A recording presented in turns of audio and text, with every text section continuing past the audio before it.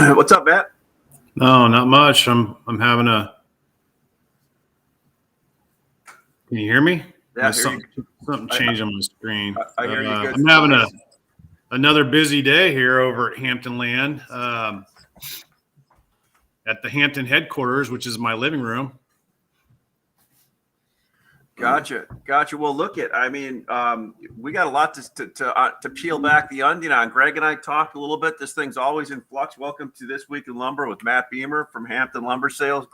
Great to have you again, Matt. I love the background. You got the fire going, everything. This feels very CNBC-ish, Greg. We're going to have a little fireside chat here today, aren't we? We are going to have one of those. Gregg Riley from Sitka USA. We're ready to unpack this, peel back the onion. This is the only live show where we talk about what's happening in the commodity lumber business around North America. And you'll kind of get the real scoop from us, what we see and what we feel. So had a big thing planned today. A couple things got thrown curveballs. So West Fraser made an announcement today they're going to 3 days a week production in the last. Is that true, or does anybody hear that? When you make $3 billion in a year, you want to make less lumber. So what is that? Am I getting that story correct or not? Did they go to 3 day weeks, or is that? Did I hear that wrong from somebody? I mean, at some of their sawmills, they're having trouble with both logs and rail cars. So it's not all their sawmills, but just a few. Just a few. Okay. But I mean, look at the pricing structure of Canadian logs in the Western, in BC and Alberta. They've gone to a market-based pricing approach over the last 10 years. That's true. The trade wars with America for the last 120 years. So that was the result of our last trade war and lawsuits flying back and forth. Was they decided to go to a market-based log supply deal with their mills in the West. I can't speak for the Eastern mills, but the Western mills have all changed. And so, now the beetle kill, you guys remember the beetle kill, right? I mean, it's not like I'm telling you something you don't know, but for people that are watching that don't know much about the lumber business, well, in British Columbia, they were devastated in the mid 2000s. About 17 years ago, there was a massive beetle kill, and it just destroyed their forests. That's true. On a scale you can't imagine. And I've saw it with my own eyes from an airplane at 40,000 feet, and you can't imagine how many miles and miles and miles and miles of uninterrupted red dead trees that there were up in British Columbia 17 years ago. And so now, here we are in 2022, they have fewer trees to pick from. And the trees that they had to pick from are further away from the sawmill, and they're more expensive. It's kind of a triple whammy against the British Columbia producers. It's one of the main reasons why the Western big mills like Canfor, Fraser, and now Interfor have gone and spent so much money on yellow pine assets. And they've also gone into Alberta and now even Eastern Canada with the Ecom purchase to find new ways to produce lumber and new areas to produce lumber from, not named British Columbia. So did they make less in BC year to date or more? Oh, they're making less every year that goes by. So far, year to date, it's more than last year, but that's skewed, Ashley, because of the Q2 COVID reductions prior year, right? Okay. I guess my question is, are they going to make more this year or less based on all this stumpage costs and everything? You talking about BC proper? BC proper. Yeah. My guess is less. They're going to make less. And I mean, the fact that they're making less lumber has been widely advertised and projected for a long period of time. That's true. So let's so I guess my question is, Greg, you and I were chatting a little bit before the show. This like, and Matt brought up a good point. This is also a stumpage thing because these rail car situations has been going on for 5-6 years now. Same time every year, there's the same problem. Wouldn't somebody jet over to Montreal, sit down maybe with one of the big rail companies there and say, hey guys, we have one of the best returns to our mill right now. How do we get more cars in our yard that have been a problem for 5 years? I mean, Is this I don't just know. an I mean, inefficiency based on of? politics lately, do you think the Canadian government actually cares? Yes, don't know. Yeah, yeah, I don't mean, know. I'm getting the impression the Canadian government doesn't really care, to tell you the truth. Well, you know what? They care more about shaking down, a few some guys that are unhappy with their draconian COVID rules and vaccine mandates. They'd rather lock up a few independent truckers that don't want to bow to the will of the man. Or shut down their banking. That's a real good idea. I'm sure that's going to put a lot of faith in the TD banks and all the other international I mean, I banking systems expect they that have up kind there. of stuff. I expect that from Russia and China and those places. I don't expect that from Canada. No, not at all. And I'm really creating very a problem, surprised right? at progressive, liberal, democratic that allows such authoritarianism to perpetuate. Yeah. To answer your question, And we're going to Ash, get canceled honestly, now, Ash. We're going to I get don't think canceled. that the railroads care about the lumber business, for that matter. Hey, can we talk about housing starts? Yeah, so that was the first thing I had that I wanted to talk about was housing, right? And but this other thing came up today, which caused if you're not limit down, what do they say? What's the new term? If you're in not lumber? limit down, you're limit up. Yeah, if you're not limit down, you're limit up. I mean, I don't know how the speculator trades lumber futures. I mean, there's no such thing as a small odd lot speculator anymore, unless he'd be better off just going to Vegas and just walking by the roulette wheel, throwing it, right? Well, that's the best bet in Vegas. It's in the rule there is it's a 50. It's skewed a little bit, but if you win at the roulette table, you walk away, and if you lose at the roulette table on the first roll, you walk away. Exactly. Roulette's the game that you play if you want to drink for free all night. No, that's war. So let's talk about housing.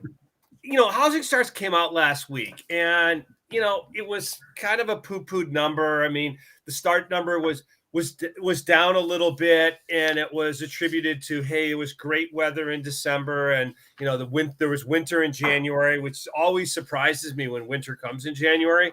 But it's still a good number. 1.638 annualized.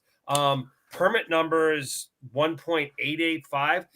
Here's when I dig in the numbers, the two things that I keep coming up with is here's another month where the authorized but not started went up again. So we currently are up 37.3% from last year, authorized, not started. We got permits pulled, but we haven't started that business. Really positive, pent up demand for product. Then I go to housing completions, and I don't know if you can see this graph. Up a little. There you go. Yeah. So that bottom line, so the top line is permits, the middle line is starts, and the bottom line is completions. The thing that strikes me is completions are pretty steady at, last month they were 1.286. And so we have this big disconnect where there's all these starts and all these permits, but the completion rate is staying pretty static, which I guess is driven by the fact that there's only so much land, there's only so much labor, product to complete that level. So it tells me that at some point, completions are going to continue to click along and at that level, and starts and permits are going to have to fall dramatically because I was we going to have ask this big pent up. We don't need more permits because we got this big pent up number, and we don't need more starts because, that's right, cycle time has gone from 100 days to 250 days, and we've got all these units that are under construction. So, Greg, to unpack the cycle time again, it's gone from 100 days to over 200 days. it's a big generalization, but I mean, big builders, the focus for a lot of years was how do we reduce the number of days from signing a contract to build a house or starting a house till we close on it. And Ash, we were working with some big builders on a consulting. We were doing value, they were doing value engineering, and there was this big focus on cycle time. That has gotten blown out of the water right now. And so I just I go, I mean, I don't need West Fraser to make any more lumber. I do need someone to make more OSB, more trusses, more fiber cement, more windows and doors, more windows, more doors, long legs, finger joints. We don't need more commodity lumber production. We need more of everything else. And until we get that, starts and permits don't mean that much to me right now. James Zerker was saying, agree, Greg. I believe cash flow will become an issue with the extended cycle times. Yeah, big national publicly traded builders, not so much. I mean, I think cash flow is an issue with small and medium size lumber yards, if there are any left, because when it's $150,000 for a car and $40,000 trucks, hard to accumulate much inventory. Well, and it's a good way too. If you have it and you got some extra you want to sell, you can come to mxlumber.com and turn that into cash really quickly instead of waiting for that cycle time. I mean, can I throw that underhand any softer? Yeah, no doubt. Matt, what's your thought on this? I was still thinking about the whole futures. I was reading the comments on the right here in this limit up, limit down thing. I heard a really interesting story yesterday about why, one of the reasons why this has occurred and why we're seeing these, 19 out of 24 days in a row, either up limit or down limit. Do you want to talk about that? I mean, it was just something kind of fascinating. I heard a little tidbit from a guy that would probably know. I think my source is pretty impeccable on this, but I heard one of the reasons why we have such low open interest in the futures board is because of lack of mill participation. Correct? Am I saying something revolutionary that you guys don't agree with? No. Absolutely. Okay. So one of the reasons why we have a lack of mill participation is because the CME itself called one of the big majors into Chicago for a meeting and chastised them last summer when the board was at like 1,500 and falling. When it went from 1,700 down to 400, they wanted to know how come they didn't buy back their positions, because they had sold the board because they liked the number for delivery, right? And the CME guys kind of were questioning why the industry wouldn't defend themselves. And I'm sitting there thinking to myself, what is this, like socialism? No, man, this is capitalism. They don't need to explain themselves. If they like the price at 1,700 and they wanted to sell 100 cars and they intended to deliver it to the board, that's all the defense of the industry they need to do. Why should they have to go to Chicago and explain that to some, accountant? I thought that was interesting. No wonder the mills don't want to mess around with it. They're just going to get harassed by the board themselves. Not good. Yeah, that's that's kind of water under the bridge, though. I mean, the fact that there's things that don't make sense in lumber futures is, been consistent over a number of years. I can just look back to most recently, when September and November were trading at $150 to $200 discounts to the next month. The fact that there was any mill that didn't, cover their short and roll to the next month. I mean, that was just, they just left money on the table. You picked some of that up, as a matter of fact, didn't you, Matt? I remember seeing you pick that up. They left it there and you just went in and went, thank you. Hey, my thing is, if you want more mill participation in the futures contract, make it easier to deliver product from all regions and open it up to multiple species, right? And then we got a real deal to talk about. But if you're going to just limit it to British Columbia, well, British Columbia is a dying province. We're talking to your point is we're at that point now with, the declining production and, 3 mills that we need to open it up to, other regions. And and to Matt, to your point, I mean, hey, whether it's, whether you go back to, allow, Hemfer, why not? Everybody's, 20 years ago, Greg, if everybody's somebody switching wanted, species anyhow. right. 20 years ago, if you delivered the contract and it was spruce, everybody expected spruce. If you shipped Hemfer or Doug fir, they'd freak out, right? These days, people are buying Hemfer and Doug fir and spruce interchangeably anyhow. So why wouldn't we figure that out as an industry and just change the rules on the contract to make it more usable?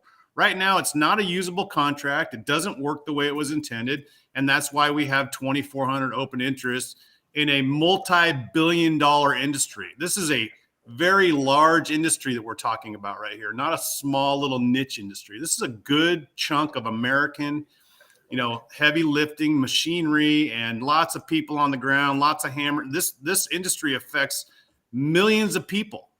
We're up to 2,700 open interest, Matt. So come on. Matt, 2,700. Matt Lehman had a good point. Say make it cash settled. I think a lot of people want a cash settled contract at this point, right? Fine with me. I mean, but who knows? That's just my guess. Go ahead, Greg. But cash settled on what? I mean, if you're still just talking about BC Western spruce, it's too small. It's too small a pie now, right? Well, you'd have to make a Southern Yellow Pine contract, and maybe that would be a separate truck contract. Yeah, and then they're making the limits bigger too. So we have a daily limit that's 30 and now 45 on a second or third day, right, on a continuation. And it's going to go to like 57 here shortly. You guys saw that announcement? Yeah. I've seen some of them come out, but I don't trade it, so I didn't. We're going to like a $57 twice limit a year based on the, like as a percentage of the average price that traded the prior, X amount of time. There's a formula, but it's still count for, whether it's a different limit when the market averages $300 or $400 than you do when it's $1,300 or $1,400 percentages. Yeah, right on. So Matt, you're busy. I mean, I am. Are you able to buy everything you want to buy? No. I was able to buy. I was able to buy everything I wanted to buy 3 weeks ago, but I can't now. And I also expected this week to be a little bit slower and guys to sort of take a breath and, pause a little bit because these prices have gone up, quite a bit. And the lead times keep going out further and further. We're selling lumber into early April now in some cases, but it's not uncommon to quote somebody week of 321 or 328 ship time right now. That's quick ship right now.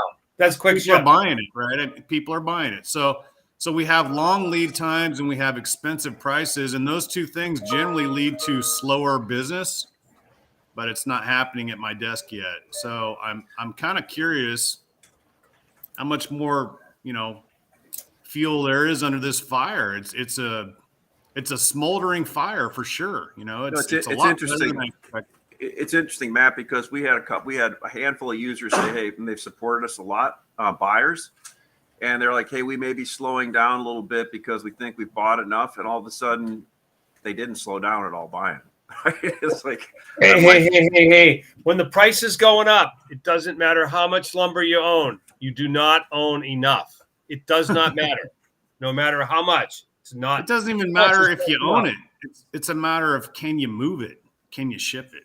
And that goes back to the other problem we've been talking about for 3 weeks, which is logistics. And that hasn't gotten any better either. So, yeah, I mean, it's a good market. So, Greg, logistics, Matt brought up a good point. We know what rail's going on because it's disrupting stuff. Trucking everywhere. I was waiting. So the question is, you can get a truck. It's just you have to pay for it, right? Yeah. And there's some lanes where that's even tough. But how is your stuff resolving, Greg, at some of your reloads? I mean, it's still a battle. I mean, there's some lanes that we've moved the rate up high enough where we've been able to we're attracting trucks. Some of the prices I feel are longer term unsustainable. So, one of my things is say, hey, and if I have to pay $2,500 for a truck that I used to pay $800 or $1,000, that's going to totally change the whole dynamic of how I distribute lumber in wherever that particular lane is. And I need to get a handle on that. Because the one thing we know is, you move the rates up and they come down a lot slower. That's for sure. So I just see a big hangover, when the backlog of open orders that, people are screaming for, and I'm paying, what I consider ridiculous prices. How when I go on the current mill price and say, hey, it's going to cost me $2,500 to go that place, I mean, that's almost $100 1,000. And yeah, well, here's the crazy thing too, is I think you and I have had this conversation. People call and ask us for loads that we're working on getting trucks in that are due this week or due last week, but they're not angry about it because everybody's having the same problem, right? And they're just like, hey, can you get this when you can? I mean, they want to. For the most part, they're not angry. For the most part, I mean, there's some angry people too.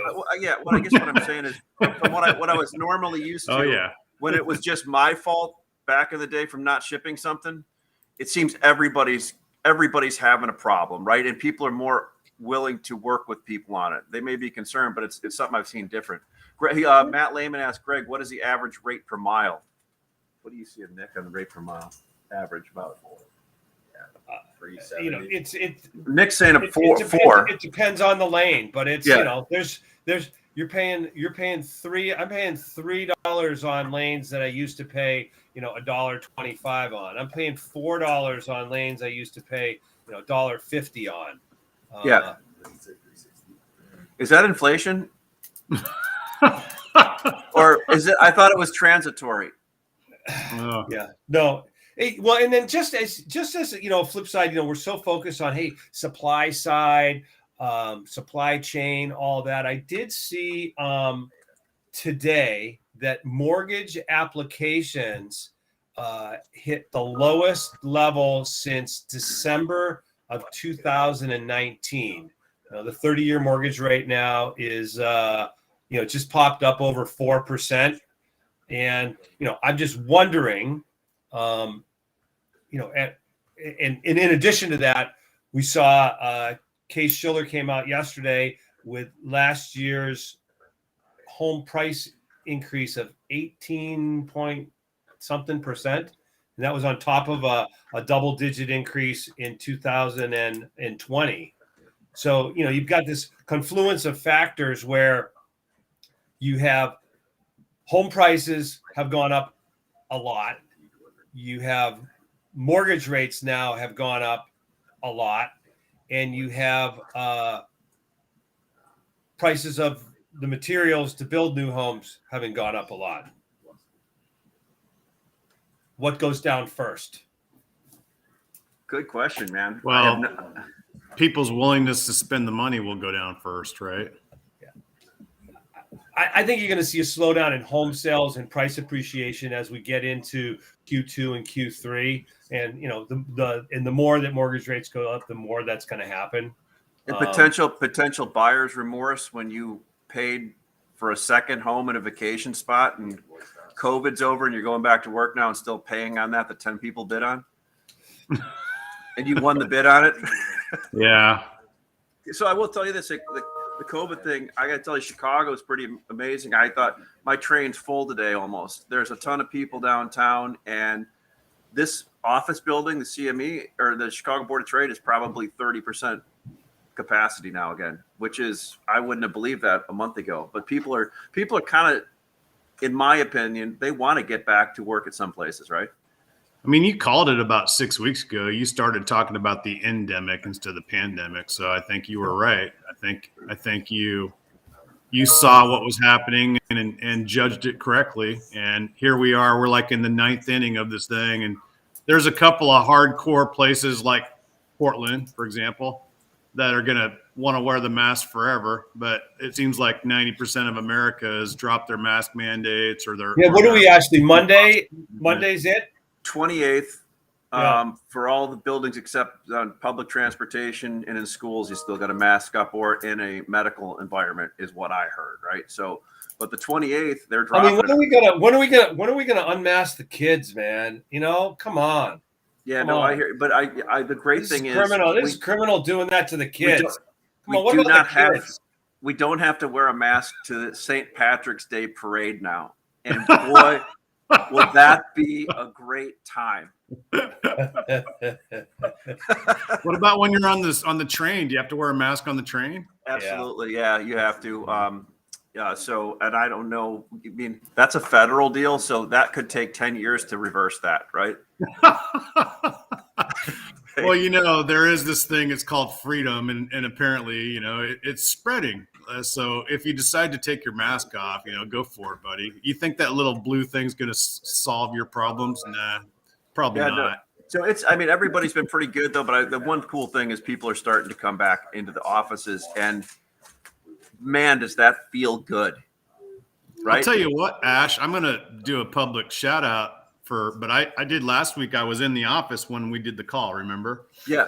And I've been purposely going into the office like 3 times a week, just to sort of get back into what I call normal. You know, I'm working from my living room is nice. It's comfortable, but I don't want to work here. I don't want my house to be my office. I mean, I felt the same way. Work for me, right? Yeah. So I highly encourage all of you, if you have the ability to go back into your corporate offices, take it. You know, even if it's just for 1 or 2 days a week, just you're gonna remind yourself of what it's like to have a normal life, and we need to go back to normal living. I mean, we've had plenty of abnormal crap going on for the last 2 years, and honestly, I'm tired of it, and so is everybody else, right? So I'm just saying. So if you think about since COVID, the lumber, our industry, our business has been as boom as it ever could possibly be. I mean, you know, there's nobody that's been in the business for more than, you know, 2 or 3 years that doesn't shake their head at, you know, I mean, the first time lumber got to $1,000 and just everything that's happened. So does this mean that the end of COVID is the end of the lumber industry boom? Wow, that's a good point. I don't know. I mean, it certainly started it. Well, I should say that. I'm just asking the question. That in the world, and the most money we've ever printed since the history of the United States. I mean, caused a little bit of that. Might have something to do with it. There's probably still some more money got to run out. You're right. Yeah. I mean, you're the one that always said the world is sloshing around and still dealing with all that money that it was printed, right? And there's no doubt about that. But you bring up a great question. Although I did see Depot's earnings were pretty good yesterday again, right? I mean, right. And then they forecasted a slowdown and the rest of the year, which, I mean, think about it. I just, who's left to do any home improvement that hasn't been done in the last 18 months? I need to. The tiles going to do something has done something. And in addition to that, if you know COVID smovid, then what's everybody going to do this year? I mean, if you haven't gone out and traveled someplace, you're probably going on vacation. I'm going to remodel. I'm going to remodel my desk at work in the office. Is what I'm going to do. I'm going to go add on to my drum set in my other office. No, but real quick, just to add to that. So in our business, and people can argue with me this fact. We have some younger people that are working with me, and when they're working at home, I can't hear what they're saying. We had a claim the other day. Truck came in, didn't have a tarp on it, and I literally walked around the desk, called the person with the kid sitting there, and he's like, "That was great." You know, I wouldn't have been able to do that over the phone with somebody listening to it. Avoided a claim, any problem with that, but it's because human beings were sitting next to human beings. And in any environment like this, Matt, Greg, you all know it. You can sit at home and there are certain jobs that work fine at that. But if you're in an environment like this, you need to listen to what everybody's saying around you. And it's much different than sitting in a cave somewhere doing it and trying to do it via Teams, IM, SMS, all that stuff, right? For sure. Yeah, that's I my think that's we my just, public public we're announcement. social animals too, and we want to be around other people, and that's our nature, right? So I agree with that's you, our Matt. nature. Everybody should get back into the office at least 2 or 3 days a week. Support your office, support all the businesses around your office, and let's get this country working again. I agree, man. Let's go. Yeah. All right. Well, hey, Bud, is that Buddy? Here's You're back. Buddy. What's up, Buddy? Buddy's just chilling. That's awesome. I mean, Buddy can't Like a come snake into in the office grass. now. Buddy can't come in the office. Buddy's got to stay here. That's Oh, boy. awesome. All right. Well, listen, guys, this was great. 38 minutes. I appreciate Thank it. We vented some stuff. Again, all of these things we talk about are just things that we hear. Doesn't mean they're necessarily the truth or anything. Go out and find that for yourself. We're not suggesting anything or making any predictions or telling people to do anything. Is that a good public announcement? There you go. All right, guys. Thanks, Everybody. guys. All right, bye. Take care. Bye.